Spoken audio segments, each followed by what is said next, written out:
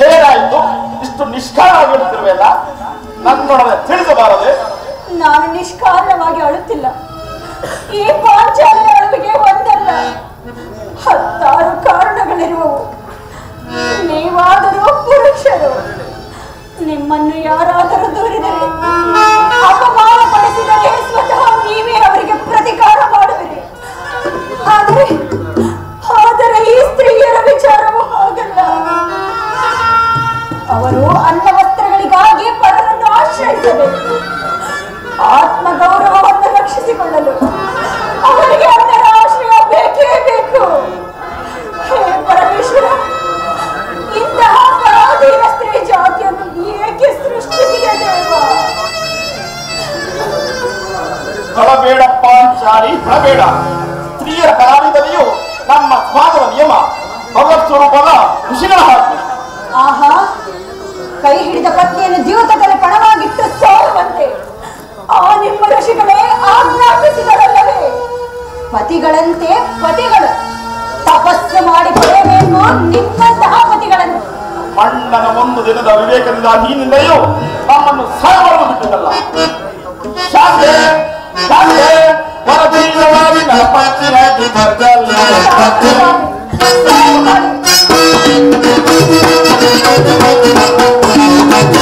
ಶಾಂತಿ ಶಾಂತಿ ಹೊರಬೀಳವಾಗಿ ನಲಪಚ್ಚಿನಾಗಿ ಬರ್ದಲ್ಲ.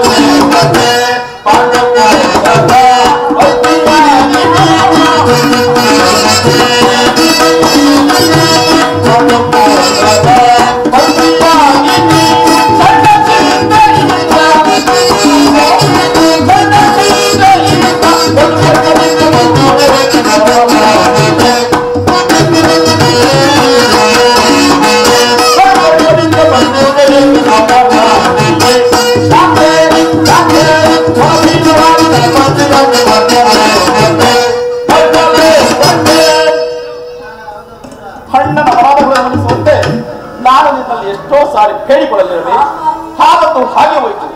ಈಗ ಅದನ್ನು ಮರೆತು ಬಿಡು. ನೀನು ಈ ದಿನ ದುಃಖಿಸಲು ಕಾರಣವೇನು? ನನ್ನೊಡನೆ ತಿಳಿಸಬಾರದೆ? ತಿಳಿಸುವೆನು. ಆದರೆ ಅದರಿಂದ ಆಗುವ ಪ್ರಯೋಜನವಾದರೂ ಏನು? ನೀವೆಷ್ಟೇ ಆದರೂ ನಿಮ್ಮಣ್ಣನ ಆಜ್ಞಾಧಾರಕರು. ಹಾಗಾದರೆ ಕೇಳಿ, ಈ ದಿನ ನಾನು ಹಸ್ತಿನಾಂಬಿಯ ಮಂದಿರಕ್ಕೆ ದೇವಿಯ ದರ್ಶನಕ್ಕಾಗಿ ಹೋಗಿದ್ದೆನು. ಅಲ್ಲಿಗೆ ಆ ದುರಹಂಕಾರಿ ದುರ್ಯೋಧನನ ಪತ್ನಿ ಭಾನುಮತಿಯೂ ಸಹ ಬಂದಿದ್ದಳು. ಆಕೆ ನನ್ನನ್ನು ಕಂಡು, ದ್ರೌಪದಿ, ನಿನ್ನ ಪತಿಗಳ ವಾಸಕ್ಕಾಗಿ 5 ಗ್ರಾಮಗಳನ್ನು ಬೇಡಲು ದೂತರನ್ನು ಆ ಸ್ಥಾನಕ್ಕೆ ಕಳುಹಿಸಿದ್ದರು. ಇನ್ನೇನು ಸಂಧಿಯಾಗೋದು. ಆಗಲಾದರೂ ಈ ನಿನ್ನ ಬಿಚ್ಚಿನ ಕೇಶರಾಶಿಯನ್ನು ಮುಡಿಗಟ್ಟಿವೆ ಅಷ್ಟೇ ಎಂದು ಕೇಕೆ ಹಾಕಿ ಅಪಹಾಸ್ಯ ಮಾಡಿ ನಕ್ಕಳು. ಏನು ದುರ್ಯೋಧನನ ಪ್ರಹಾಸನಿಗೆ ಪ್ರಯತ್ನ? ಆವಾಗ ನಮ್ಮ ಸಂದೇಹವು ನಿಶ್ಚಯವಾಯಿತು. ಯಾರು ರಾಯಭಾರಕ್ಕೆ ಹೋಗಿದ್ದವರು? ಮತ್ತಿನ್ನ ನಮ್ಮ ಅಣ್ಣರಾದ ಶ್ರೀಕೃಷ್ಣ ಪರಮಾತ್ಮರಲ್ಲವೇ? ಗೋಪಿಕಾಂಗನ ಸಹಜ ಅರ್ಜುನನು ವಾಕಿಂದ ಆಗಿದಾಗಲೇ ಈ ನಾನು ತಿಳಿದಿದ್ದೆನು. ಅದರಲ್ಲಿ ಆ ಭಾನುಮತಿ ಏನೆಂದು ಕೊಟ್ಟೆ? ಅವಳ ಪ್ರಶ್ನೆಗೆ ಸರಿಯಾದ ಉತ್ತರವನ್ನೇ ಕೊಟ್ಟಿರುವೆನು. ಏನೆಂಬುದಾಗಿ? ನಿನ್ನ ಕಟ್ಟಿನ ಮುಡಿಯನ್ನು ಬಿಡಿಸುವವರೆಗೂ ನನ್ನ ಈ ಬಿಚ್ಚಿನ ಮುಡಿಯನ್ನು ಕಟ್ಟುವುದಿಲ್ಲ ಎಂದು.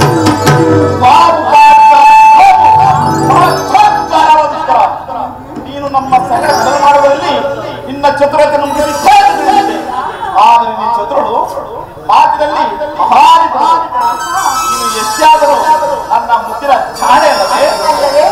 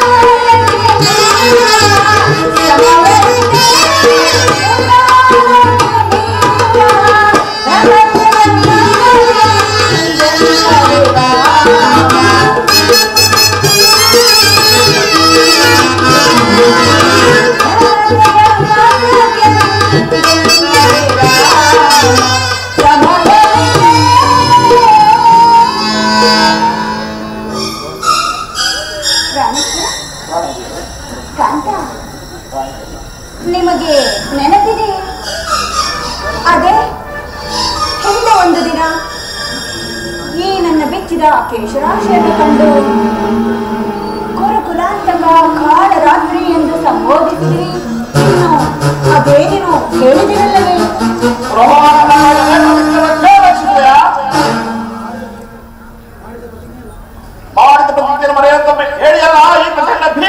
ಆಹಾ, ಹೇಳುವುದು ಮಾತ್ರವಲ್ಲ, ನುಡಿದಂತೆ ನಡೆಯಬೇಕೆಂಬುದೇ ನನ್ನ ಇಚ್ಛೆ.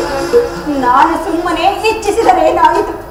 ನೀವೆಷ್ಟೇ ಆದರೂ ನಿಮ್ಮಣ್ಣನ ಆಜ್ಞಾಧಾರಕರಲ್ಲವೇ? ನನ್ನನ್ನು ಕೆಲಸ ಬಿಡ ಮಾಚಾರಿ, ನನ್ನನ್ನು ಕೆಲಸ ಬೇಡ.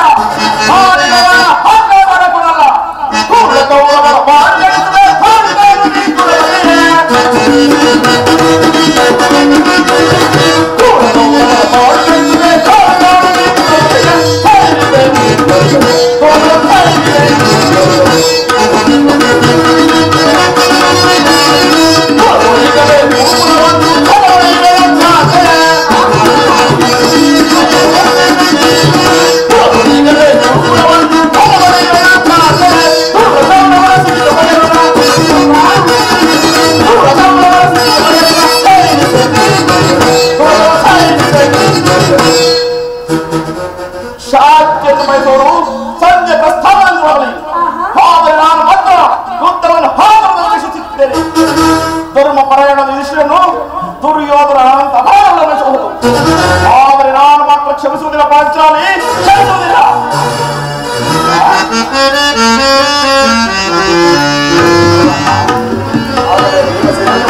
ಸಂಜೆಯ ಪ್ರಸ್ತಾಪವನ್ನು ತಿಳಿದು ಕೆರಳಿದ ಸಿಂಹದಂತೆ ವಿಜೃಂಭಿಸುತ್ತಿದ್ದಾನೆ.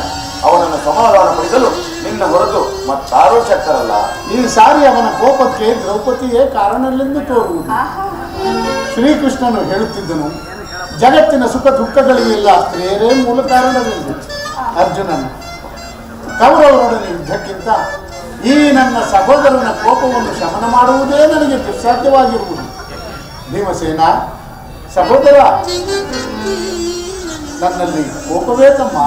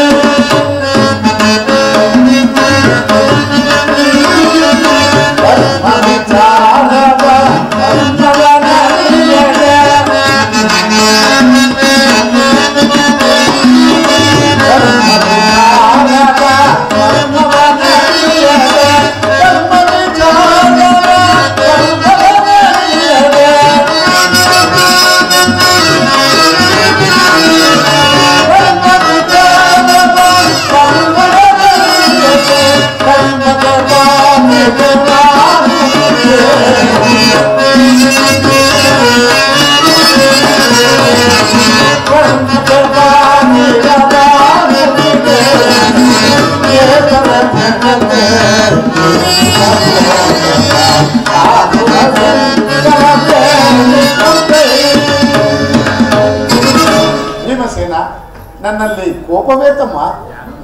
ಕೋಪ ಮಾಡಬೇಡ ಅಣ್ಣ. ಪಾಂಚಾಲಿ, ಸಮಾಚಾರವೇನು? ಅಣ್ಣನೇಕೆ ಸಿಟ್ಟಾಗಿರುವನು? ಏಕೆ ಈ ನನ್ನ ಬಿರುಕುದಲು ನಿಮ್ಮ ಪ್ರಶ್ನೆಗೆ ಉತ್ತರ ಕೊಡಬಲ್ಲದೇನು? ಸಮಯಕ್ಕೆ ಸರಿಯಾಗಿ ಬನ್ನಿ. ನನಗೆ ಯಾರಲ್ಲಿ ಕೋಪವಿಲ್ಲ. ಹತ್ತಿರದ ಸಮ್ಮುಖದಲ್ಲಿ ನಿಮಗೊಂದು ಮಾತನ್ನು ಹೇಳಬೇಕಿತ್ತು. ಅದನ್ನು ನಿಮ್ಮಿಬ್ಬರ ಸಮ್ಮುಖದಲ್ಲೇ ಹೇಳಬೇಕು. ಈ ಸಂಜೆ ಪ್ರಸ್ತಾವವು ನಿಮಗೆ ಉಚಿತವಾಗಿ ಕಾಣಬಹುದು. ಹಾಗೆ ನನ್ನನ್ನು ಮನಿಸಬಹುದು, ತಪಸ್ಸಾಲಯವರು ಸುಮ್ಮನಿರಬಹುದು. ಆದರೆ ಈ ದಾಸ್ಯ ವೃತ್ತಿಯನ್ನು ನಾನು ಪಾಂಡವರ ಕರ್ತವ್ಯವೇ ಮಾಡಿಸಿದೆ. ದರಿದ್ರ ವೀಕ್ಷಿತರಂತೆ ಕಂಡ ಮನೆಯವರು ಬಾಗಿಲಲ್ಲಿದ್ದು ಸಂಧಿಯಾಚನೆ ಮಾಡಲು ಪಾಂಡವರಾಜನು ನಮ್ಮನ್ನು ಹೇಳಿಪುತ್ರರಾಗಿ ಪಡೆಯಲಿಲ್ಲ. ಈ ಅವಮಾನವು ನಿಮಗೆ ಸಹ್ಯವಾಗಿ ಕಾಣಬಹುದು. ಆದರೆ ನಾನು ಮಾತ್ರ ದೊಡ್ಡಕ್ಕಾಗಿ ನಿಮ್ಮ ಅನುಮತಿಯನ್ನಾಗಲಿ ಹರಿದ ಸಹಾಯವನ್ನಾಗಲಿ ನಾನು ಅಪೇಕ್ಷಿಸುವುದಿಲ್ಲ. ನಾನು ಮತ್ತು ಈ ನನ್ನ ಕಥೆ ಈ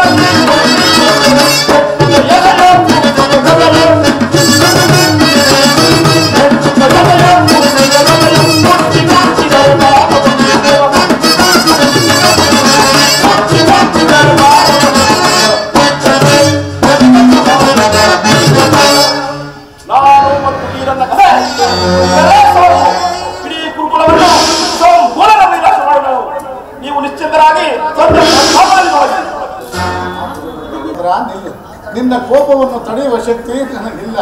ಕೋಪ ಮಾಡಬೇಡ ಅಣ್ಣ. ಧರ್ಮಜರು ನಮಗಿಂತ ಹಿರಿಯನು. ಆತನ ಇಷ್ಟಕ್ಕೆ ವಿರುದ್ಧವಾಗಿ ಯುದ್ಧವನ್ನು ಪ್ರಾರಂಭಿಸುವುದು ನಮಗೆ ಅನುಚಿತವು. ಏನು ಹೇಳಬೇಕು ಪಾಂಚಾಲಿ? ಧರ್ಮವೆಂದು ಹಂಬಲಿಸುತ್ತಾ ಕ್ಷತ್ರಿಯ ಧರ್ಮವು ಏನೆಂಬುದನ್ನು ಮರೆಯುವುದು ನಿಮಗೆ ಉಚಿತವೆನಿಸಿದ್ದಲ್ಲವೇ? ಯುದ್ಧದಂತೆ ಶಾಂತಿ ರಕ್ಷಣೆಯು ಕ್ಷತ್ರಿಯನ ಕರ್ತವ್ಯ.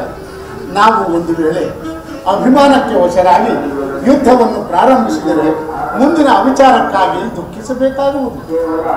ಅದಕ್ಕಾಗಿಯೇ ನಾನು ಸಂಧಿಗಾಗಿ ಸರ್ವ ಪ್ರಯತ್ನಗಳನ್ನೂ ಮಾಡಿದೆ. ರಾಜೇಶ, ದೌಮ್ಯ ನನ್ನ ಸಂಧಿಗೆ ಕಳುಹಿಸಿ ಅಪಮಾನ ಹೊಂದಿದಿರಿ.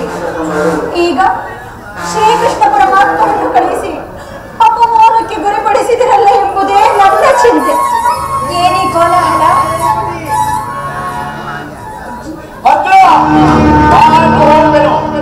ಈ ಸಂಧಿಯ ಫಲಾಫಲವನ್ನು ಕೇಳುವುದರಿಂದ ನನಗೆ ಯಾವುದೇ ಪ್ರಯೋಜನ ಇಲ್ಲ. ನಿಮ್ಮ ಅಮರಕ್ಷಣ ಪುರಸ್ಕಾರವು ನಿಮಗೆ ಪ್ರತಿಜ್ಞೆಯಂತೆ ನಡೆಯುವ ಸ್ವಾತಂತ್ರ್ಯ ಮಾತ್ರವಾಗಿರಲಿ. ಪ್ರಾಣೇಶ್ವರ, ಸ್ವಲ್ಪ ನಿಲ್ಲಿ. ಅದು ಯದುಪತಿಯು ನಮ್ಮನ್ನು ನೋಡಿ ನಗು ನಗುತ್ತಾ ಇತ್ತ ಕಡೆಯೇ ಬರುತ್ತಿದ್ದರು.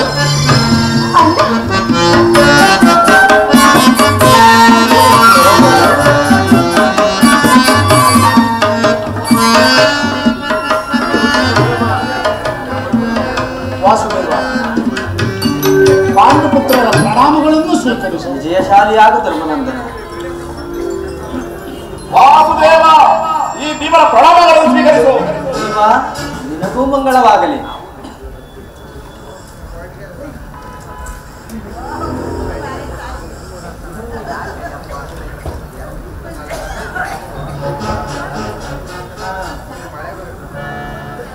ದೇವಕಿ ವರನಂದನ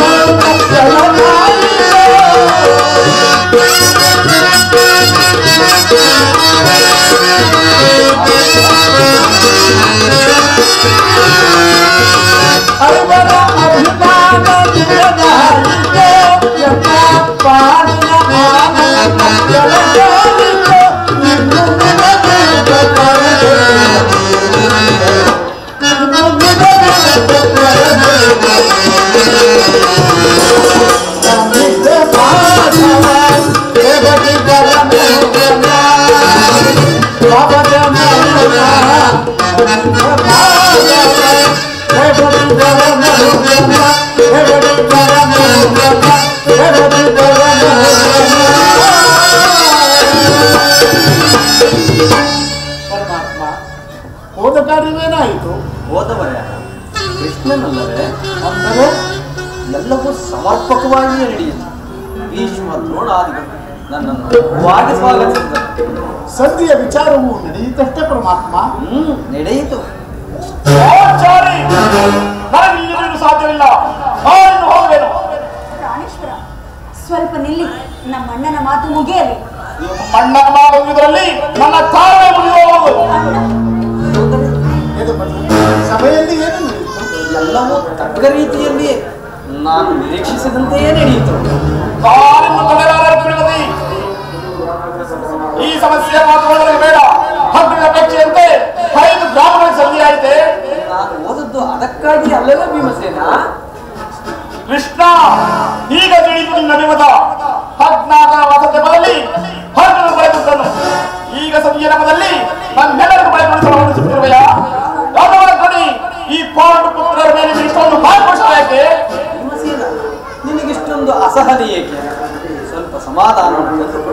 ನನ್ನ ಮಾತನ್ನು ಪೂರ್ಣವಾಗಿ ಕೇಳು. ಇದು ನಿನಗೆ ಸಂಬಂಧಿಸಿದ್ದೆಂದು ನಾನು ಹೇಳಲಿಲ್ಲವೇ? ಈ ಸ್ವಾಭಿಮಾನ್ಯ ಶೂನ್ಯ ಸಂಬಂಧ ನೋಡುವೆ ಈ ಪ್ರಚಂಡ ಭೀಮನ ಎಂಥ ಸಂಬಂಧ ಇರುವುದು ಅತ್ಯಂತ ನಿಕಟವಾದ ಸಂಬಂಧವಿರುವುದು. ಪರಮಾತ್ಮ ಮುಂದೇನಾಯಿತು? ರಾಜ್ಯಸಭೆಯಲ್ಲಿ ನಿಮ್ಮ ಸಂದೇಶವನ್ನು ಹೇಳಿದರು. ಅವರೆಲ್ಲರೂ ಒಪ್ಪಿದರು. ಯಾರು ಒಪ್ಪಿದರು? ಭೀಷ್ಮ, ದ್ರೋಣ ಮೊದಲಾದವರು ಒಪ್ಪಿದರು. ಆ ದುರ್ಯೋಧನ ಅದು ಎನ್ನಿಲ್ಲಿ ಇರುವುದರ ಕೆಲಸವಿಲ್ಲ. ಈ ದುರ್ಮಾರ್ತಿಯನ್ನು ಕೇಳಬೇಕೆಂಬುದು ಇನ್ನ ಹೆಚ್ಚಾಗಿ ಕೃಷ್ಣ ಅದನ್ನು ಸಾಧಿಸಿದೆ. ಸಾಧಿಸು ಸಾಧಿಸು ಚೆನ್ನಾಗಿ ಸಾಧಿಸು. ಅಹೋವರನೇ, ನಿಮ್ಮ ಪೌರುಷೋತ್ತಮ ಪುರಸ್ಕಾರವನ್ನು ನೀವೇ ಹೊಂದಿಸಿರಿ. ಅದರಲ್ಲಿ ಈ ಭೀಮನು ಯಾವ ಭಾಗವನ್ನು ಅಪೇಕ್ಷಿಸುವುದಿಲ್ಲ. ಯಾಜ್ಞಸೇನಿ, ಇನ್ನು ನಿರಾಶರಾಗಬೇಡ. ಈ ಭೀಮನ ಬದುಕಿದ್ದರೆ ನಿನ್ನ ಸೇವೆಯನ್ನು ತೀರಿಸಲೇ ಬಿಡನು. ಭೀಮಸೇನ, ನೀನು ನಿಜವಾಗಿ ಹಿಡಿಂಬಾಪತಿಯ ಕಾಣ. ನಿನಗಿಷ್ಟೊಂದು ಕೋಪವಿಲ್ಲದಿದ್ದರೆ ಆ ರಕ್ಕಸಿಯನ್ನು ಆಳುವುದು ಹೇಗೆ ತಾನೇ ಸಾಧ್ಯವಾದಿತ್ತು? ಸಮಾಧಾನವನ್ನು ತಂದುಕೊಂಡು ನನ್ನ ಮಾತನ್ನು ಪೂರ್ಣವಾಗಿ ಕೇಳು. ಇದು ನಿನಗೆ ಹೆಚ್ಚಿಗೆ ಸಂಬಂಧಿಸಿದ್ದು ಆಗಲೇ ನಾನು ಹೇಳಲಿಲ್ಲವೇ? ಕೃಷ್ಣ, ಸುಮ್ಮನೆ ನನ್ನನ್ನು ಕಾಣಬೇಡ. ಈ ಸದ್ಯ ಸುದ್ದಿಯು ಇರುವುದು ನಿನಗೊಪ್ಪುವ ವಿಚಾರ ಹೊಂದಿರುವುದು. ಆ ದುರ್ಯೋಧನನು ನಿನಗೊಂದು ಸಂದೇಶವನ್ನು ಕಳಿಸಿರುವನು. ಏನು ದುರ್ಯೋಧನ ಸಂದೇಶ? ಹಾಗಾದರ ಉದ್ದೇಶವು ಸಂಧಿಯಾಗಿರಲಾರದು. ಏನು ಏನು ಆ ಸಂದೇಶ? ಭೀಮಸೇನ, ಆ ಸಂದೇಶವನ್ನು ಕೇಳುವ ಮೊದಲು ನೀನು ನನ್ನ ಬಳಿಯಲ್ಲಿ ಕೈಕಟ್ಟಿ ಕುಳಿತುಕೊಳ್ಳಬೇಕು. ಇದ್ದಿದ್ದಾಗ ಹೇಳಿಬಿಡು. ಕುಳಿತುಕೊಳ್ಳದ ಹೊರತು ಹೇಳುವುದಿಲ್ಲ. ಈ ಪರಿಹಾಸ ಹೇಗೆ ಕೃಷ್ಣ? ಭೀಮಸೇನ, ನಿನ್ನನ್ನು ಕಂಡರೆ ನನಗಷ್ಟೊಂದು ಭಯವಾಗುವುದು. ನಿನ್ನ ಗದೆಯನ್ನು ಸ್ವಲ್ಪ ದೂರವಿಡು. ಆಗ ನಿನ್ನ ಗದೆಯನ್ನು ಸ್ವಲ್ಪ ದೂರವಿಡು. ನನ್ನ ಪಾರ್ಶ್ವದಲ್ಲಿ ಹೀಗೆ ಕುಳಿತುಕೋ. ಆಗ ನಿನಗೆ ಪ್ರಿಯವಾದ ಆ ಸಂದೇಶವನ್ನು ಹೇಳುವೆನು. ನಿನ್ನ ಅಪೇಕ್ಷೆಯಲ್ಲೇ ಕುಳಿತುಕೊಳ್ಳುವೆನು. ಈಗ ನಾನು ಹೇಳು, ಏನು ಆ ಸಂದೇಶ? ಕೋಪ ಮಾಡುವುದಿಲ್ಲವಷ್ಟೇ. ಅದು ಮಾಡಲೇ. ಹಾಗಾದರೆ ಈಗ ನೀನು ನನ್ನ ಬಂದಿ. ಅದು ಕ್ಷಣಕಾಲ ಮಾತ್ರ ಕೃಷ್ಣ. ಆಗಬಹುದು. ಅರ್ಜುನ, ಈ ಗದೆಯನ್ನು ಕ್ಷಣಕಾಲ ಹಿಡಿದು ಯಾಜ್ಞಸೇನಿ ಸಮೀಪಕ್ಕೆ ಬಾ. ನಾನು ಹೇಳಿದಂತೆ ಮಾಡಬೇಕು ಕಂಡೆಯ. ನಿಮ್ಮ ಮಾತನ್ನು ಎಂತಾದರೂ ಮೀರಿರುವೆ ಅಣ್ಣ. ಹಾಗಾದರೆ ತೆಗೆದುಕೋ ಈ ಹಕ್ಕು. ಇದು ನನಗೊಂದು ಕಡೆ ಪುರಸ್ಕಾರ ರೂಪವಾಗಿ ದೊರೆಯಿತು. ಇದರಿಂದ ನಿನ್ನ ಪತಿಯ ಕೈಗಳನ್ನು ಭದ್ರವಾಗಿ ಬಂಧಿಸು. ಇದೇನು ಪರಿಹಾಸ್ಯವೇ ಅಣ್ಣ? ಪರಿಹಾಸ್ಯವಲ್ಲ ಸಹೋದರಿ. ಶತ್ರುಗಳ ಹೆಡಮುರಿಯಲ್ಲಿ ಬಿಡಿಸುವುದರಲ್ಲಿ ನೀನು ಪಂಡಿತೆಯಂತೆ. ಹಾಗೆಯೇ ನಿನ್ನ ಗಂಡನ ಕೈಗಳನ್ನು ಕಟ್ಟಲು ಬರುವುದೋ ಇಲ್ಲವೋ ನೋಡು. ಭೀಮಸೇನ, ನಿನಗ ಆ ಸಂದೇಶವನ್ನು ಕೇಳುವ ಇಚ್ಛೆ ಇದ್ದರೆ ಪಾಂಚಾಲಿ ಕೃಷ್ಣನು ಹೇಳುವಂತೆ ನನ್ನ ಕೈಗಳನ್ನು ಬಂಧಿಸು.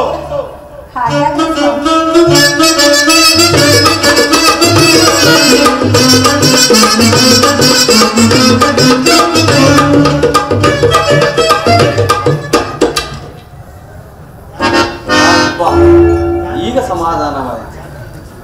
ಈಗ ಎಲ್ಲರೂ ಕೇಳಿರಿ.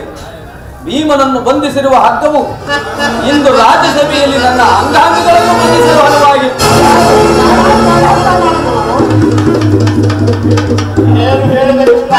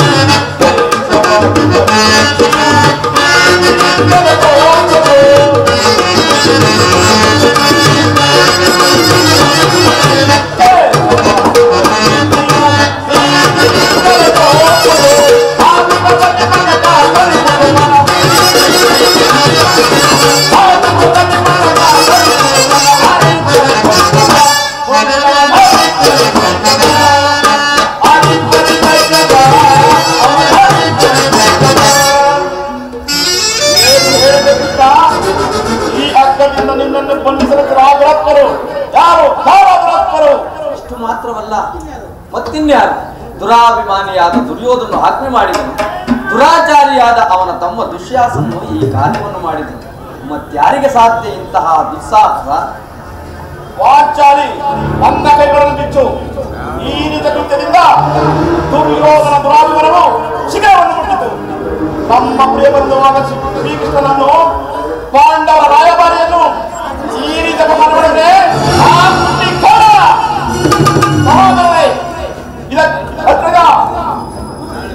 ಇದಕ್ಕೆ ನಿಮ್ಮ ಉತ್ತರವೇನು? ಇಷ್ಟು ಮಾತ್ರವಲ್ಲ, ಆ ದುರ್ಯೋಧನ ಸಂಧಿಗೆ ಕೊಟ್ಟ ಉತ್ತರವನ್ನು ಕೇಳಿ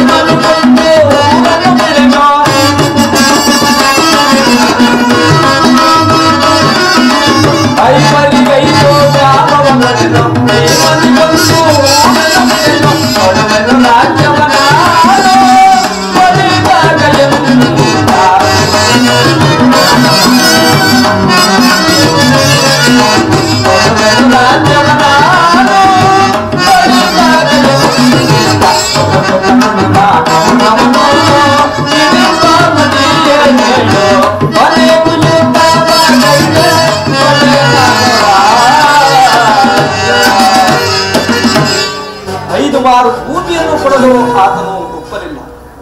ನೀವು ಸಂಧಾನವನ್ನು ಬಯಸುವುದಾದರೆ ರಣಾಂಗಣದಲ್ಲಿ ಶಸ್ತ್ರಾಸ್ತ್ರಗಳ ಆಸ್ವಾದನೆ ದೊರೆಯುವುದಂತೆ. ಈ ಸಂದೇಶಕ್ಕೆ ನಮಗೆ ಉಳಿದಿರುವುದು ಒಂದೇ ಉತ್ತರ, ಅದು ಯುದ್ಧ. ನನ್ನ ಪ್ರಯತ್ನವೆಲ್ಲವನ್ನು ವಿಫಲವಾಗಿ ಮಾಡಿ ಮುಂದೆ ಬಂದು ನಿಂತಿರುವ ಯುದ್ಧ. ಪರಮಾತ್ಮ, ನೀನು ತಿಳಿದಿರುವೆ, ನಾನು ಈ ಯುದ್ಧವನ್ನು ಅಪೇಕ್ಷಿಸಿದ್ದವನಲ್ಲವೇ. ಸಂಧಿಗಾಗಿ ಸರ್ವ ಪ್ರಯತ್ನವನ್ನೂ ಮಾಡಿದವನು. ಸತ್ಯದ ನನ್ನ ಕೈಗಳನ್ನು ಬಿಚ್ಚುವುದಿಲ್ಲವೇ? ಅರ್ಜುನ, ನೀನಾದರೂ ನನ್ನ ಕೈಗಳನ್ನು ಬಿಚ್ಚುವುದಿಲ್ಲವೇ? ಕೃಷ್ಣ, ನೀನಾದರೂ ನನ್ನ ಕೈಗಳನ್ನು ಬಿಚ್ಚುವುದಿಲ್ಲವೇ? ಬೇಡ,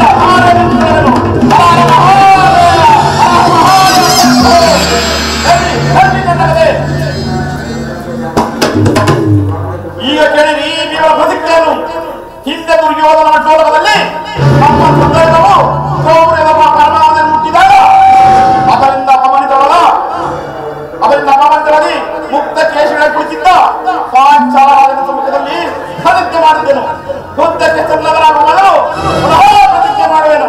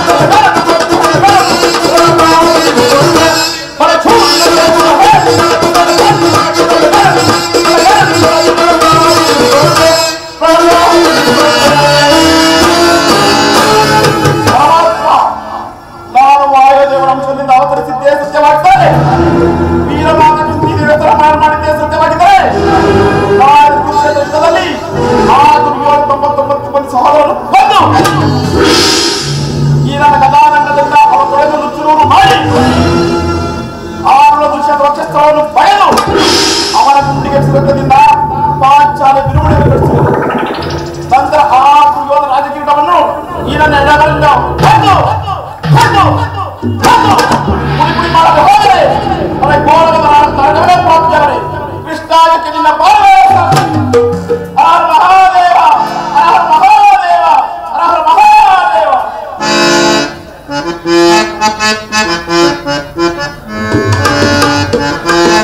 ಇಲ್ಲಿ ನನ್ನ ಮಾತೆಯಾದ ಕುಂತಿ ದೇವಿ ದರ್ಶನವಾಗುವುದು ಎಂದು ಹೇಳಿದರು.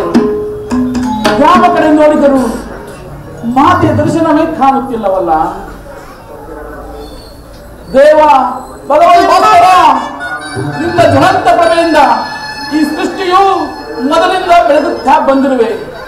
ನಾನು ಯಾವ ಭಾಗ್ಯವನ್ನು ಪಡೆಯಬೇಕೆಂದು ಇಲ್ಲಿಗೆ ಬಂದಿರುವೆನೋ ಆ ಭಾಗ್ಯವನ್ನು ಕರುಣಿಸಿ ನನ್ನನ್ನು ಪ್ರಥಮಷ್ಟು ನಾನಂತೆ ಧರ್ಮದ ದಾರಿಯಲ್ಲೇ ನಡೆಸುವಾರದ ನಿನ್ನದು ಪರಮಾತ್ಮ.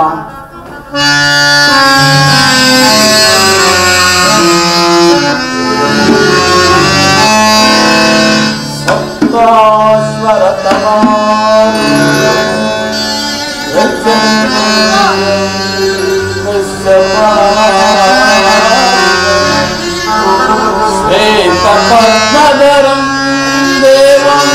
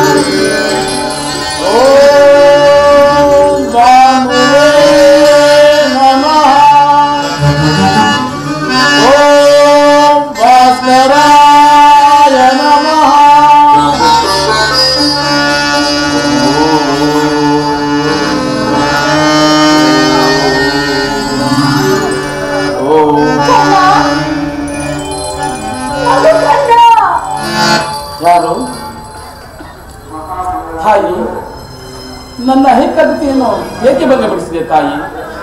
ನೀನು ಸರ್ವ ಸಾಕ್ಷಿಯಾಗಿ ಪೂಜಿಸುವ ಈ ಸೂರ್ಯದೇವನ ಜ್ವಲಂತ ಪ್ರಭೆಯನ್ನು ನಿನಗೆ ಮೊದಲು ತೋರಿಸಿದ ಸ್ತ್ರೀ ನಾನು.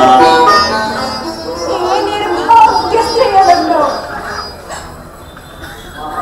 ಕುಂತಿಯನ್ನವರು ಕುಂತಿ, ಪರಮಭಾಗ್ಯವತಿ ಜನರ ಕುಂತಿದೇವಿಯೇ, ಈ ನತದುಷ್ಟ ಪ್ರಣವವಂತ ಮಹಾಮಾತೆ ಕುಂತಿದೇವಿಯೇ, ಅಮ್ಮ ಎತ್ತವಳ ಪ್ರೀತಿಯ ಮಗನಾಗದೆ ಅವರ ಹಕ್ಕರಿಯ ತೋರಿನಲ್ಲಿ ಪುಣ್ಯ ವಿಶ್ವಾಸದಿಂದ ವಂಚಿನಾತಾದ ಈ ನತದಶ ಕರುಣನಿಗೆ ಇಂದು ದರ್ಶನವಿಟ್ಟೆಯ ತಾಯಿ. ಅಮ್ಮ, ಇದೋ ನಿನಗೆ ನನ್ನ ಸಾಷ್ಟಾಂಗ ನಮಸ್ಕಾರಗಳು.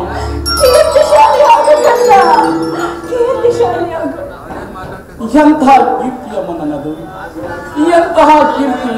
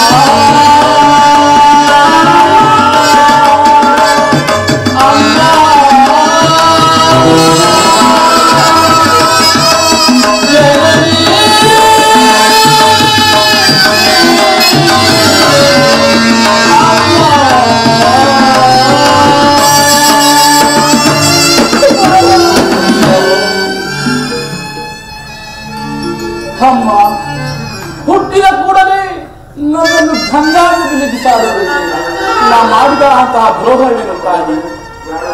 ಕಾಡಿನಲ್ಲಿರುವ ಕುರುಬರುಗಳು ಸಹ ತಮ್ಮ ಮರಿಗಳನ್ನು ತುಂಬಾ ಪ್ರೀತಿಯಿಂದ ಮಮತೆಯಿಂದ ಸಾಕಿ ಸಲುವರು.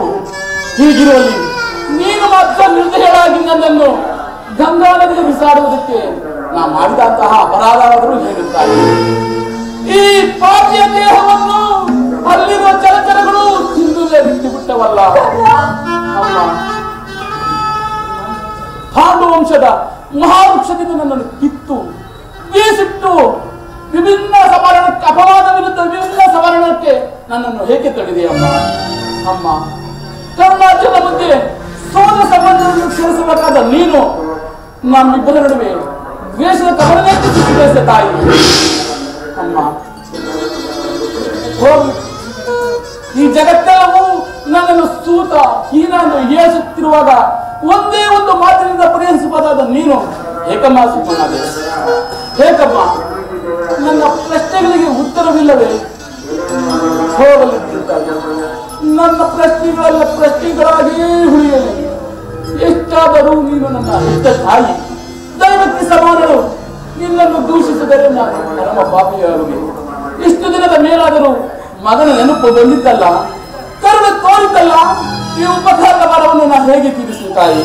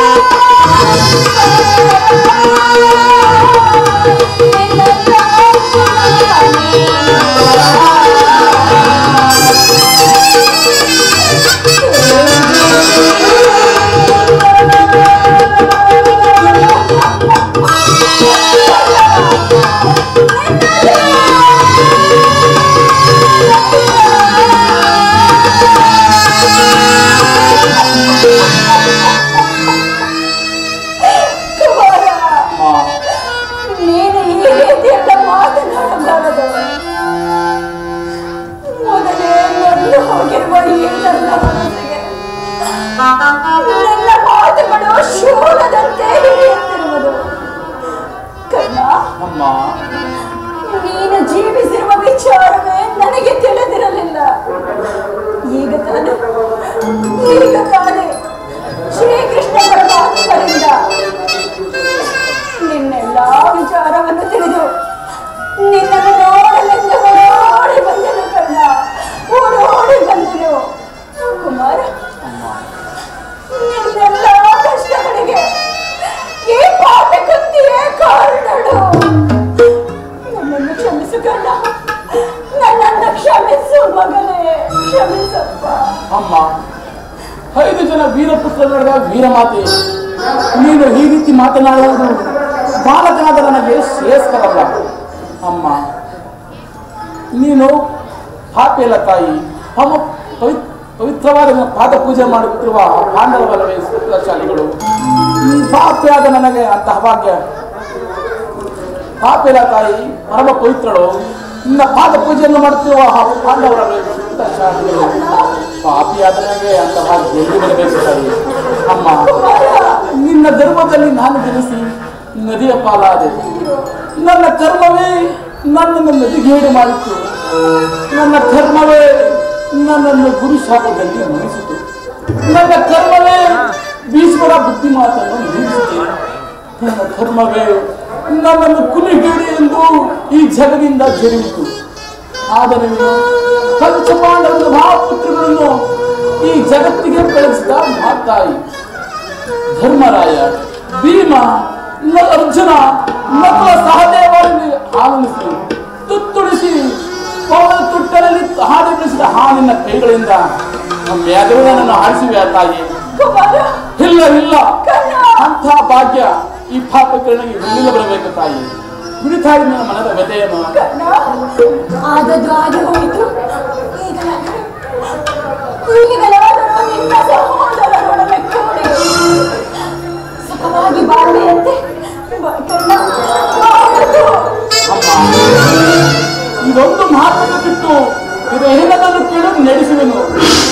ಜೀವಿಸಿರುವ ತನಕ ಸ್ವಾಮಿಯ ದ್ರೋಹವನ್ನು ಮಾತ್ರ ಮಾಡಲಾರೆ ತಾಯಿ. ಹಾಗಲ್ಲ ಮಗು, ಹಾಗಲ್ಲ.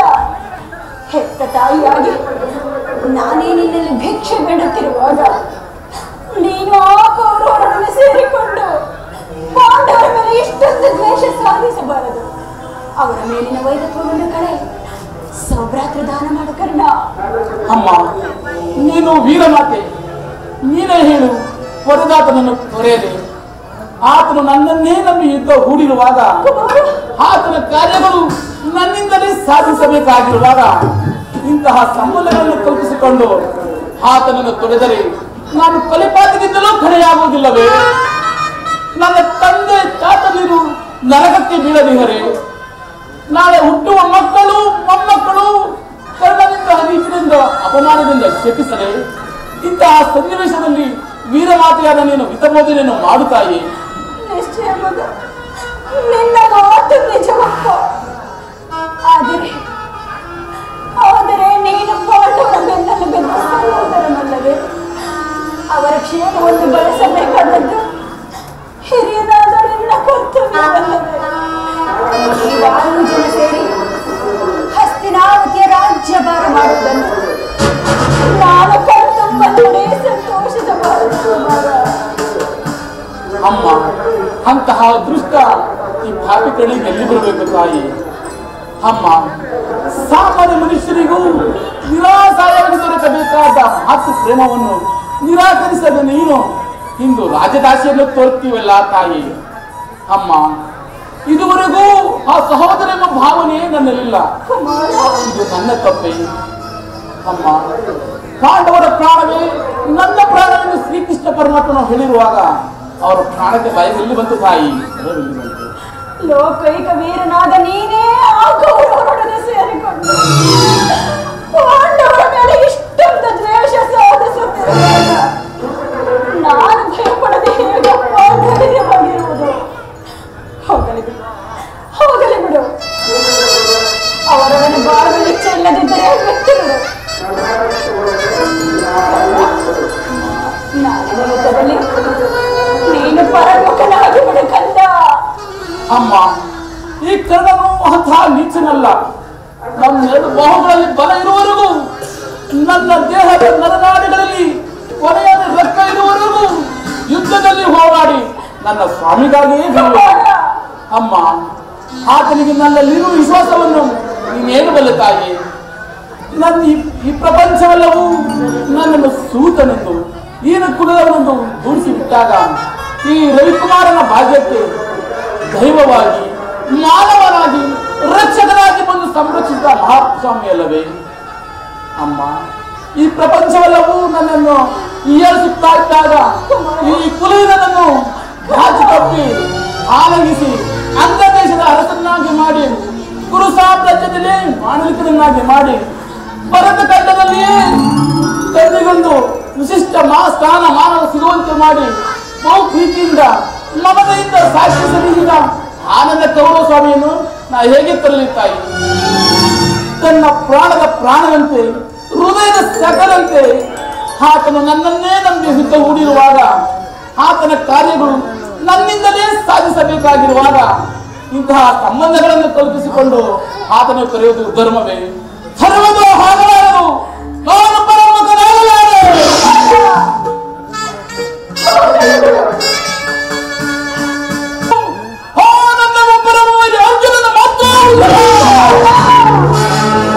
ಹೌದು ಅಮ್ಮ, ಆತನೊಡನೆ ಯುದ್ಧ ಮಾಡುವುದನ್ನು ನನ್ನ ಸ್ವಾಮಿ ನೋಡಿ ಸಂತೋಷ ಪಟ್ಟರೆ ಆಗ ನನ್ನ ಜನ್ಮ ಸಾರ್ಥಕವಾಗುವುದು. ಅಮ್ಮ, ಈ ಪ್ರಪಂಚದಲ್ಲಿ ನಮ್ಮಿಬ್ಬರಲ್ಲಿ ಒಬ್ಬರಿಗೆ ಮಾತ್ರ ಸ್ಥಳವಿಲ್ಲ. ಅಮ್ಮ, ಅರ್ಜುನನಿಂದ ನಾನೇ ಬುದ್ಧನಾದರು, ನನ್ನಿಂದ ಅರ್ಜುನನೇ ಬುದ್ಧನಾದರು.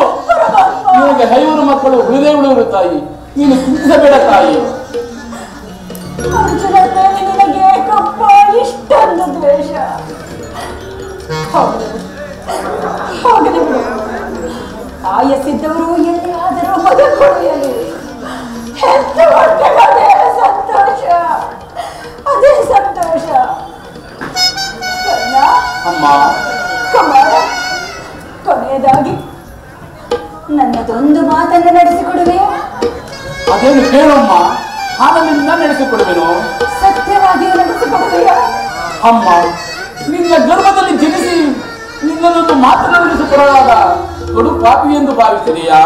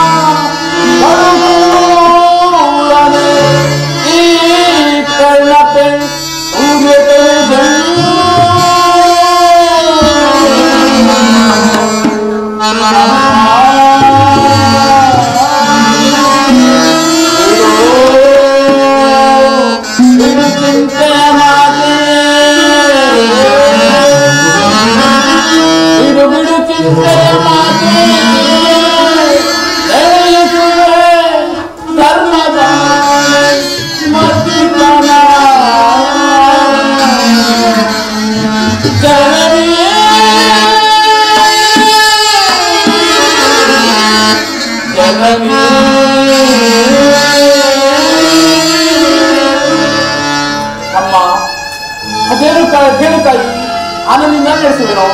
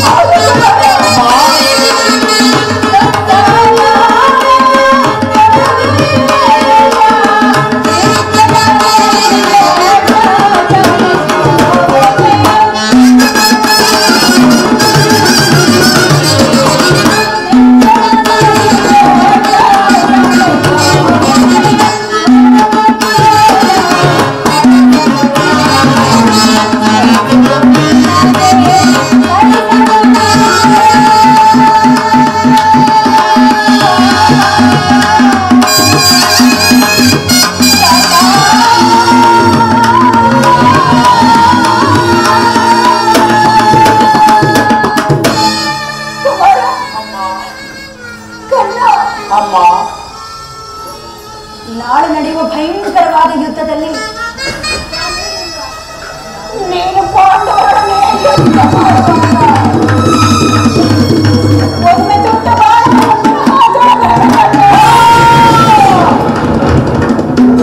ಮತ್ಸುದಲ್ಲಿಯೂ ಮಾಯಾಜಾಲ, ಮಾತೃ ಹೃದಯದಲ್ಲಿಯೂ ಮಾಯಾಜಾಲ. ನನ್ನ ಪಂಚಭೂತಗಳ ಅಷ್ಟ ದಿಕ್ಪಾಲಗಳ ನೀವೇ ನನ್ನ ಕೌರವ ಸ್ವಾಮಿಯನ್ನು ಕಾಪಾಡಬೇಕು.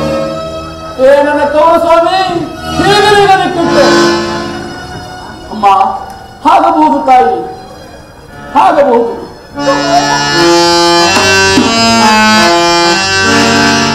ಎತ್ತ ಕರುಳಿನ ಬಾಧೆಯನ್ನ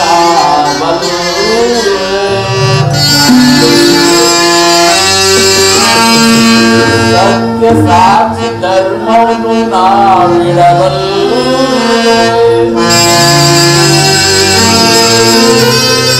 ಕಟ್ಟ ಕಡೆಯೋ ಕರ್ಮದಾದಿದೆ ಕಾರಣಗಳೇ.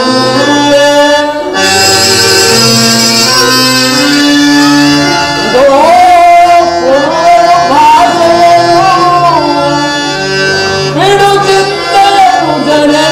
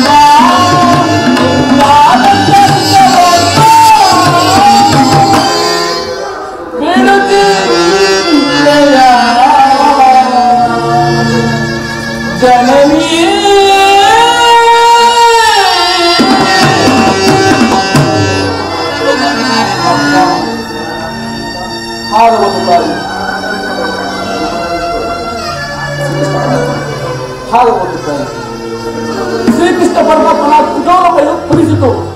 ಈ ಯುದ್ಧದಲ್ಲಿ ನಮಗೆ ಜಯ ಇಲ್ಲ. ಅಮ್ಮ, ನಿನ್ನ ಮಾತಿನಂತೆ ನಾನು ದೊಡ್ಡ ಮಾಡುವುದು ಪುನಃ ತೊಡುವುದಿಲ್ಲ ತಾಯಿ. ಹೋಗಿ ಬಾ ತಾಯಿ, ನಿಮ್ಮೆಲ್ಲ ಸಂತೋಷಿದ್ದಂತಾಗಲಿ. ಹೋಗಿ ಬಾ ತಾಯಿ, ಹೋಗಿ ಬಾ. ಅಮ್ಮ ಅಮ್ಮ,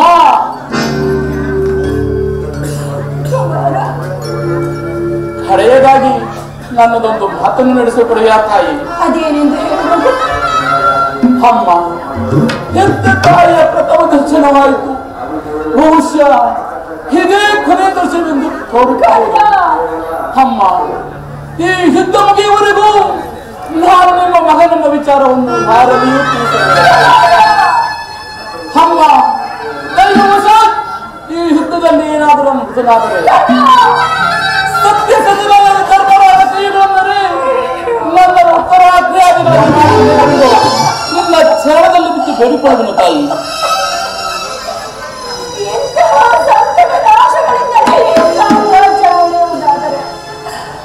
ಅಂತಹ ಸಾಮ್ರಾಜ್ಯವು ಈ ಪ್ರಪಂಚದಲ್ಲಿಯೇ ಇಲ್ಲದಂತೆ ನಾಶವಾಗಿ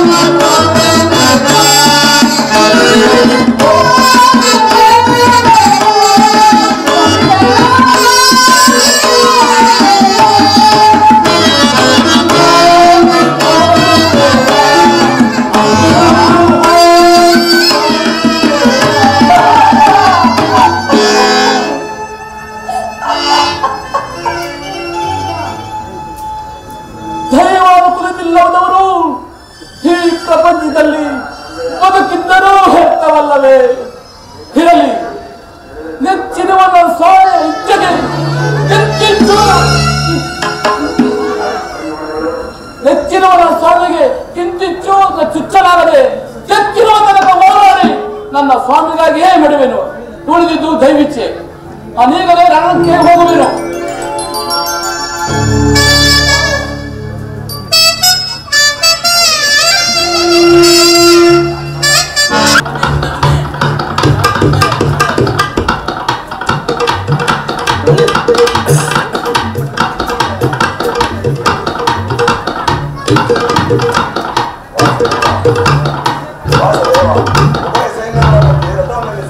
ನನ್ನೊಡನೆ ಯುದ್ಧ ಮಾಡಲು ಸಿದ್ಧರಾಗಿರುವ ವೀರ ಯೋಧರನ್ನೊಂದು ಸಾರಿ ನೋಡುವೆನು.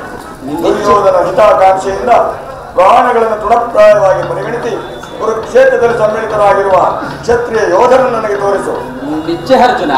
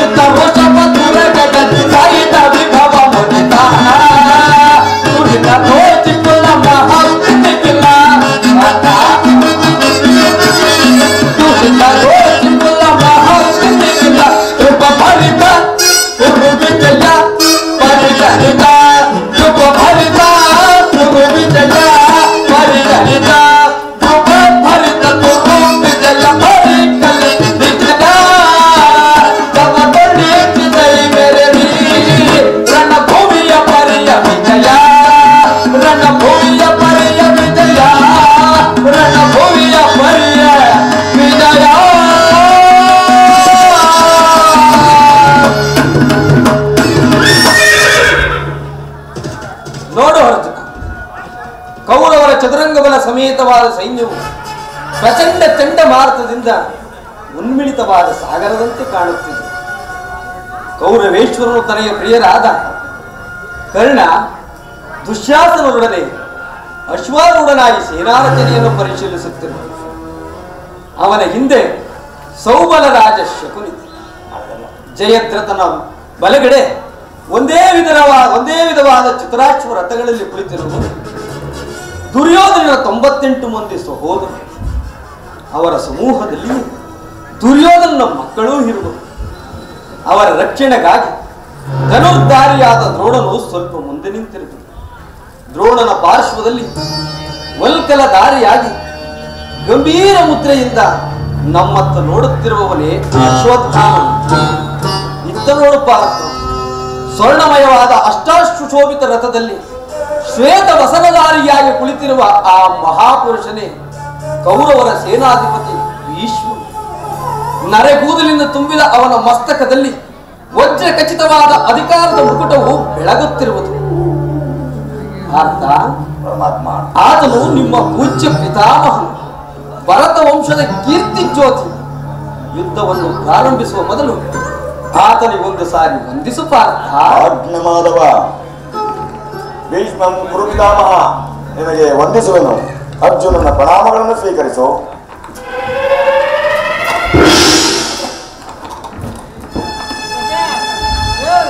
ವಾಸುದೇವ, ನನ್ನ ಜೀವನದಲ್ಲಿ ಇದೆಂತಹ ಪವಿತ್ರ ಸಮಯ. ಈಗ ನನ್ನ ಮನಸ್ಸಿನಲ್ಲಿ ಹುಟ್ಟುತ್ತಿರುವ ಭಾವನೆಗಳನ್ನು ನಿನ್ನಲ್ಲಿ ತಿಳಿಸಬಲ್ಲೆನಾದರೆ,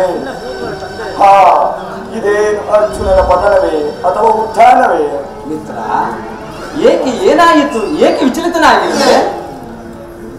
ಏನು ಹೇಳಲಿ ಕೃಷ್ಣ, ಅಂಗ ಪ್ರತ್ಯಂಗಗಳಲ್ಲಿಯೂ ದಾರುಣ ಜ್ವಾಲ. ಬೇಸಿಗೆಯ ಬಿಸಿಲಿನಿಂದ ಬೆಂದ ತಾವರೆಯಂತೆ ಮುಖವು ಬಾಡಿರುವುದು. ಶರೀರದಲ್ಲಿ ಕಂಪನವು ರೋಮಾಂಚನವೂ ಹುಟ್ಟಿರುವುದು. ನಾಲಿಗೆಯು ಒಣಗುತ್ತಿರುವುದು. ಗಾಂಡೀವವೂ ಕೈಯಿಂದ ಕಳಚಿತು. ಕಾಲುಗಳಲ್ಲಿ ನಿಲ್ಲಲು ತ್ರಾಣವಿಲ್ಲ. ಕೃಷ್ಣ, ನಾನು ನೋಡುತ್ತಿರುವುದಾದರೂ ಏನನ್ನು? ಇವರೆಲ್ಲರೂ ನನ್ನ ಬಂಧು ಬಾಂಧವರು, ಗುರು ಹಿರಿಯರು, ಜ್ಞಾತಿಗಳು, ಮಿತ್ರರು. ಇವರಲ್ಲೆಷ್ಟು ಜನರ ಗಮನಗಳಲ್ಲಿ ಭರತ ವಂಶದ ಪವಿತ್ರತ್ವವು ಹರಿಯುತ್ತಿರುವುದು ಬಲ್ಲೆಯ? ರಾಜ್ಯದ ಮೇಲಿನ ಆಸೆಯಿಂದ ಇವರನ್ನು ಒಲಿಸಲು ನನ್ನಿಂದಾಗದು. 3 ಲೋಕದ ಸಾರ್ವಭೌಮ ಪದವಿ ಸಲುವಾಗಿಯೂ ನಾನು ಈ ಜ್ಞಾತಿ ಒದಗಿ ಗುರು ಹಿಂಸೆಯ ಕೈ ಹಾಕಲಾರನು. ರಥವನ್ನು ತಿರುಗಿಸು ಮಿತ್ರ, ನನಗೆ ಯುದ್ಧವೂ ಬೇಡ. ಅರ್ಜುನ, ಪರಮಾತ್ಮ, ಈ ವಿಷಮಾವಸರದಲ್ಲಿ ಇಂತಹ ಲಕ್ಷ್ಮಣ ಭಾವವು ನಿನ್ನಲ್ಲಿ ಹೇಗೆ? ಕ್ಷತ್ರಿಯ ವೀರನಾಗಿ ಅನಾರ್ಯನಂತೆ ವರ್ತಿಸಬೇಕು. ತೆರೆದ ಸ್ವರ್ಗದ ಬಾಗಿಲನ್ನು ನಿರಾಕರಿಸಿ ನರಕದ ಮಾರ್ಗವನ್ನು ಹಿಡಿಯಬೇಡ. ಆದರ್ಶ ನರನೆಂದು ಹೆಸರಾಗಿ ಏಡಿ ಎಂಬ ನಿಂದೆಯನ್ನು ಸಹಿಸಲಾರ. ನೀನೇ ದೌರ್ಬಲ್ಯವನ್ನು ತ್ಯಜಿಸಿ ಯುದ್ಧಕ್ಕೆ ಸಿದ್ಧನಾಗು ಪಾರ್ಥ. ಪರಮಾತ್ಮ, ಒಂದು ಸಾರಿ ಗುರು ಸೈನ್ಯದ ಕಡೆ ದೃಷ್ಟಿಸಿ ನೋಡು. ಭೀಷ್ಮನು ನನ್ನ ಪೂಜ್ಯ ಪಿತಾಮಹನು, ಆಚಾರ್ಯ ದ್ರೋಣನು ಅಸ್ತ್ರ ಶಿಕ್ಷಣವನ್ನು ಕೊಟ್ಟ ಗುರು. ಪೂಜಾರ್ಹರಾದ ಇವರ ಮೇಲೆ ಬಾಣವನ್ನು ತರುವುದೇ? ಗುರು ವಧೆಯಿಂದ ಲಭಿಸುವ ಸಂಪತ್ತಿಗಿಂತ ಭಿಕ್ಷಾವೃತ್ತಿಯೇ ಶ್ರೇಯಸ್ಕರವು. ಬಂಧು ಬಾಂಧವರ ರಕ್ತದಿಂದ ತೊಯ್ದು ರಾಜಭೋಗವನ್ನು ಅನುಭವಿಸುವ ಇಚ್ಛೆಯೂ ನನಗಿಲ್ಲ. ಸ್ವಜನ ವಧೆಯು ನನಗೆ ಸಮ್ಮತವಿಲ್ಲ ವಾಸುದೇವ, ಸಮ್ಮತವಿಲ್ಲ. ಯಾರನ್ನು ಯಾರು ವಧಿಸುವುದು ಅರ್ಜುನ? ಅಳಿವಿಲ್ಲದ ಆತ್ಮವನ್ನು ವಧಿಸುವುದು ಅಸಂಭವ. ಮಾನವನು ಹರಿದು ಹೋದ ಬಟ್ಟೆಗಳನ್ನು ಬಿಸಿಟು ಹೊಸ ಬಟ್ಟೆಗಳನ್ನು ಧರಿಸುವಂತೆ ಆತ್ಮನು ಜೀರ್ಣವಾದ ದೇಹವನ್ನು ತ್ಯಾಗ ಮಾಡಿ ಬೇರೊಂದು ದೇಹವನ್ನು ಆಶ್ರಯಿಸುವುದು. ಮರಣವು ದೇಹದ ನಾಶ, ಅವಿನಾಶಿಯಾದ ಆತ್ಮದ ಅವಸಾನವಲ್ಲ. ದೇಹಕ್ಕೆ ಬಾಲ್ಯ, ಯೌವನ, ವಾರ್ಧಕ್ಯಾದಿ ಅವಸ್ಥೆಗಳು ಪ್ರಾಪ್ತವಾಗುವಂತೆ ಮಾನವನಿಗೆ ದೇಹಾಂತರ ಪ್ರಾಪ್ತಿಯು ಸಹಜವಾದುದು. ಪಂಡಿತನಾದವನು ಅದರ ಸಲುವಾಗಿ ದುಃಖಿಸ. ಭೀಷ್ಮ, ದ್ರೋಣ, ನೀನು, ನಾನು ಹಿಂದೆ ಅನೇಕ ಸಾರಿ ಜನಿಸಿರುವು, ಮುಂದೆಯೂ ಜನಿಸಿರುವು. ಜನ್ಮ ಮೃತ್ಯುಗಳು ಆತ್ಮನ ಅನಂತ ಪ್ರವಾಸದ 2 ಅಂತರಗಳು. ಹುಟ್ಟಿದವನಿಗೆ ಮರಣವು, ಮೃತನಿಗೆ ಪುನರ್ಜನ್ಮವು ಮೊದಲೇ ನಿಶ್ಚಯವಾಗಿರುವುದು. ಅವಶ್ಯಕವಾಗಿ ಆಗಬೇಕಾದ ಕಾರ್ಯಕ್ಕೆ ಮೂಢನಂತೆ ಚಿಂತಿಸಿ ಫಲವಿಲ್ಲ. ಯುದ್ಧವು ಕ್ಷತ್ರಿಯನ ಧರ್ಮ. ನೀನು ಆ ಧರ್ಮವನ್ನು ಪಾಲನೆ ಮಾಡು ಪಾರ್ಥ. ಜನಾರ್ದನ, ಯುದ್ಧದ ಹೆಸರೆತ್ತಿದರೆ ನನ್ನ ಹೃದಯವು ಕಂಪಿಸತೊಡಗುವುದು. ದುಸ್ಸಾಹ ಶೈತ್ಯಾಧಿಕ್ಯದಿಂದ ಸರ್ವಾಂಗಗಳು ನಿಶ್ಚೇಷ್ಟಿತವಾಗುವು. ಕೃಷ್ಣ, ನಾನು ಹೇಳಿಯಲ್ಲ, ಆದರೂ ಪಾಪ ಭೀತಿಯಿಂದ ಯುದ್ಧ ವಿಮುಖನಾಗಿರುವನು. ಹೇಳು, ಯುದ್ಧದ ಹೊರತಾಗಿ ಕ್ಷತ್ರಿಯನಿಗೆ ಮತ್ತಾವ ಧರ್ಮವೂ ಇಲ್ಲವೋ? ಸ್ವಧರ್ಮ ಪಾಲನೆಯಲ್ಲಿ ಪ್ರಾಣಗಳನ್ನಾದರೂ ತ್ಯಜಿಸಬಹುದು, ಆದರೆ ಪರಧರ್ಮಾವಲಂಬನವು ಅನರ್ಥಕಾರಿ. ಅರ್ಜುನ, ನೆನಪಿರಲಿ, ಇದು ಧರ್ಮ ಯುದ್ಧ. ನೀನೀ ಯುದ್ಧದಿಂದ ನಿವೃತ್ತನಾದರೆ ಸ್ವಧರ್ಮವನ್ನು ಉಲ್ಲಂಘಿಸಿದ ಪಾಪಕ್ಕೆ ಗುರಿಯಾಗಿ ಅಕೀರ್ತಿಗೆ ಭಾಜನವೆನಿಸಬೇಕು. ನಿನ್ನಂತ ಸಂಭಾವಿತನಿಗೆ ಅಕೀರ್ತಿಯು ಮರಣಕ್ಕಿಂತಲೂ ಘೋರತರವಾದದ್ದು. ಶತ್ರುಗಳು ಏಡಿ ಎಂದು ಅಳಿಯುವರು, ಮಿತ್ರರು ವಂಚಕನೆಂದು ನಿಂದಿಸುವರು. ಆದ್ದರಿಂದ ಈ ಮನೋವಿಕಾರವನ್ನು ಬಿಟ್ಟು ಸ್ವಧರ್ಮ ಪಾಲನೆಯನ್ನು ಮಾಡು. ಕರ್ಮವು ಪೌರುಷದ ಲಕ್ಷಣ. ಅಕರ್ಮಣ್ಯನಾದ ಮಾನವನು ಜೀವಂತ ಶವವಿದ್ದಂತೆ. ಅಜ್ಞಾನದಿಂದ ಕರ್ಮಭ್ರಷ್ಟನಾಗಬೇಡಪ್ಪ ಅರ್ಥ. ಈ ಯುದ್ಧದಲ್ಲಿ ನನ್ನ ಕರ್ಮವೇನು? ಧರ್ಮ ನಾಶವೋ ಧರ್ಮ ರಕ್ಷಣೆಯೋ? ಉಭಯ ಭ್ರಷ್ಟನಾಗದಂತೆ ನನಗೊಂದು ದಾರಿಯನ್ನು ತೋರಿಸು ಪರಮಾತ್ಮ.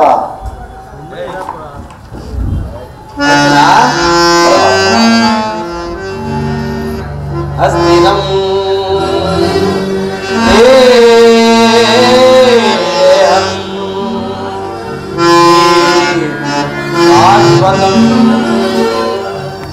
ಅಸ್ತಿನಂ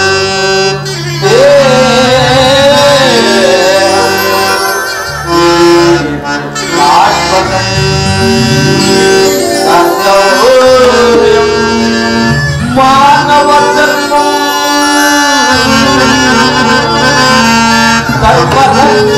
ಸರ್ವರಕ್ಷಕನಾನಿಗೆ ಪರಿದೇಶ ಕಳವಳ ಪಡುಗೆ ಮರುಳೆ ಮರುಳೆ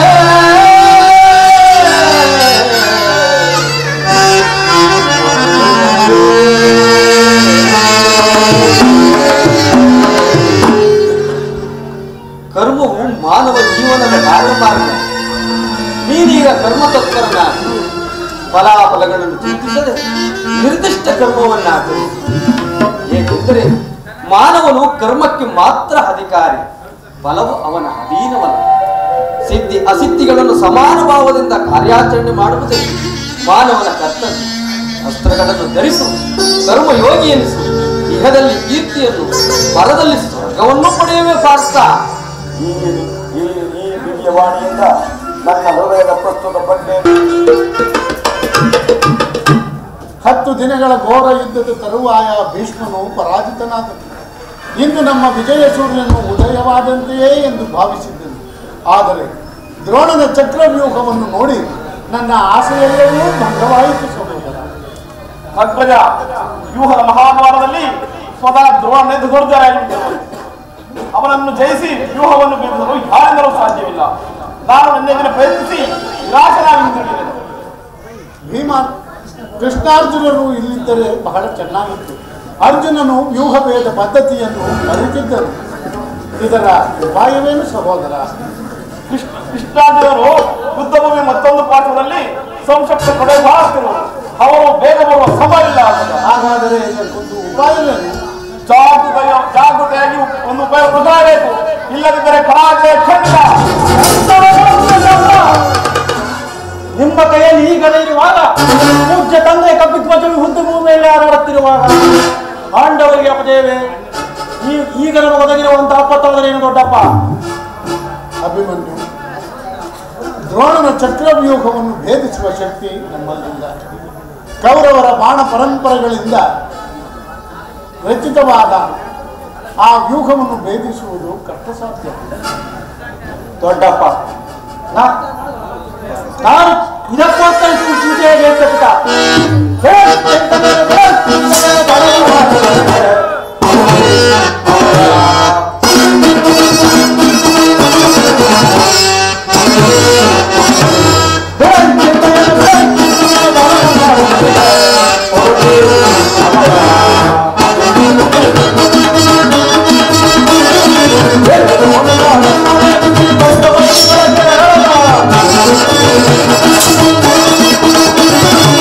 Hey!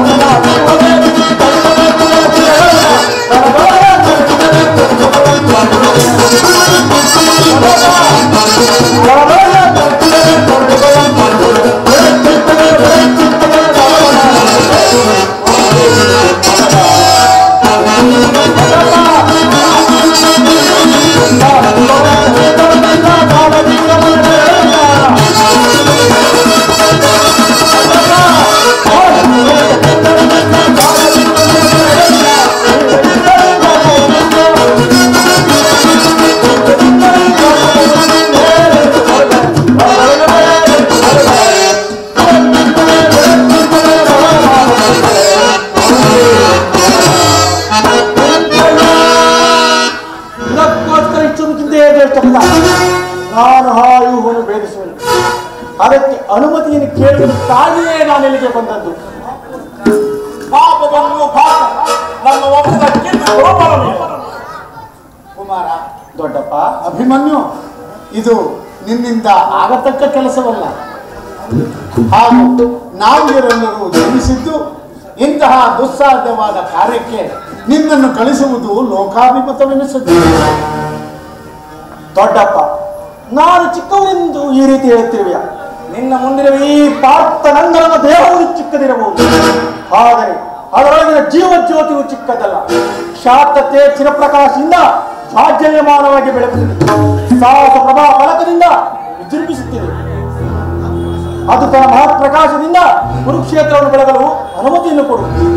ನನ್ನನ್ನು ಮಗನಾಗಿ ಪಡೆದ ಧನಂಜಯನು ಅಭಿಮಾನದಿಂದ ತಲೆದೂಗಲಿ. ವೀರ ಪ್ರಸುವಾದ ಸುಭದ್ರಾ ಮಾತೆಯು ಆನಂದಾಶ್ರುಗಳನ್ನು ಸುರಿಸಲಿ. ಯೋಗ್ಯಾನುಸಾರ ದೊರೆತಾಗ ಧೈರ್ಯದಿಂದ ಹೋರಾಡಿ ಕೀರ್ತಿಶಾಲಿಯಾದ ಕ್ಷಾತ್ರದ ನಿಯಮ ಮರಣಕ್ಕೊಂದು ಶತ್ರು ಸಂಹಾರಕ್ಕಾಗಿ ಈ ಘಟನೆಯಿಂದ ಅಡಿಗೆ ಮನೆಯ ಕಾಯಿಪಲ್ಯ ಕತ್ತರಿಸುತ್ತಾ ಕುಳಿತುಕೊಳ್ಳುವುದಕ್ಕಲ್ಲ. ನಾನು ತಾಯಿ ಗರ್ಭದಲ್ಲಿದ್ದಾಗಲೇ ಆ ವ್ಯೂಹವನ್ನು ಭೇದಿಸುವ ಉಪಾಯವನ್ನು ಕಲಿತಿರುವನು. ಅದಕ್ಕೆ ತಕ್ಕ ಅವಕಾಶವು ದೊರಕಿರುವುದು. ಅದನ್ನು ವ್ಯರ್ಥ ಮಾಡಬೇಡ ತಂದೆ, ನನಗೆ ಅನುಮತಿಯನ್ನು ಕೊಡು. ಆಗ ತಿಳಿಯುವೆ ಪಾರ್ಥನ ಮಗನು ಪಾರ್ಥನಂತೆಯೇ ಪರಾಕ್ರಮಶಾಲಿ ಎಂಬುದನ್ನು. ಅಭಿಮನ್ಯುನ ಮಾತನ್ನು ನಿರಾಕರಿಸಬೇಡ. ಈ ವೀರಮರಣ ಉತ್ಸಾಹದ ಮೇಲೆ ಚೇತನವಾಗದಲ್ಲಿ ತಾನು ಸೈನ್ಯವನ್ನು ತೆಗೆದುಕೊಂಡು ಅಭಿಮನ್ಯುವಿಗೆ ಸಹಾಯ ತೆಗೆದುಕೊಳ್ಳುವನು. ಅಭಿಮನ್ಯುವು ವ್ಯೂಹವನ್ನು ಬೇಯಿಸಿದ ತಕ್ಷಣ ನಾವೆಲ್ಲರೂ ವಾಕ್ಯ ನುಗ್ಗಿ ಚಿನ್ನ ಭಿನ್ನವಾಗಿ ಮಾಡಬೇಕು. ಅನಿರೀಕ್ಷಿತವಾಗಿ ಒದಗಿರುವ ಅವಕಾಶವನ್ನು ಕೈ ಚೆಲ್ಲಬೇಡಬಹುದು. ಭೀಮಸೇನ, ಇದು ನಿನ್ನ ಇಷ್ಟದಂತಾಗಲಿ. ಈ ಪ್ರಿಯ ಬಾಲಕನ ಪ್ರಾಣವನ್ನು ನಿನ್ನ ಕೈಯಲ್ಲಿಟ್ಟಿರುವನು. ಯುದ್ಧ ರಂಗದಲ್ಲಿ ನೀನು ಒಂದು ಕ್ಷಣವೂ ಇವನನ್ನು ಬಿಟ್ಟಿರಲಾಗದು. ಧನಂಜಯನ ಪ್ರಾಣ ಪದಕವು ಪುನಃ ಅಚ್ಚಳಿಯದೆ ಬಂದು ಅವನನ್ನೇ ಸೇರಲಿ. ತಿಳಿಯಿತೆ ಕುಮಾರ? ಅಭಿಮನ್ಯು, ಹೋಗಿ ಬಾ, ವಿಜಯಶಾಲಿಯಾಗಿ ಹೋಗಿ ಬಾ. ಆ ದ್ರೋಣನ ಚಕ್ರ ವ್ಯೂಹವು ನಿನ್ನ ಪಾಲಿಗೆ ಪುಷ್ಪವ್ಯೂಹವಾಗಲಿ. ಹೋಗಿ ಬಾ ಕುಮಾರ, ಹೋಗಿ ಬಾ. ನಿಮ್ಮೆಲ್ಲರ ಆಶೀರ್ವಾದವು ನನ್ನನ್ನು ವಜ್ರ ಕವಚದಿಂದ ರಕ್ಷಿಸಿಕೊಂಡಿರಲು ಬಾಯಿನಿಂದ ಹೇಳು ದೊಡ್ಡಪ್ಪ.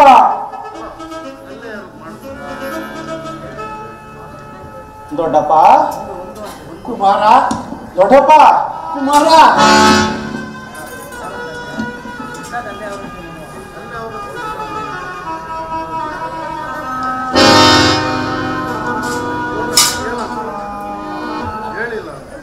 ದೊಡ್ಡಪ್ಪ, ಸೇಡಿಗೆ ಸೇರು, ರಕ್ತಕ್ಕೆ ರಕ್ತ, ಮೋಸಕ್ಕೆ ಮೋಸ.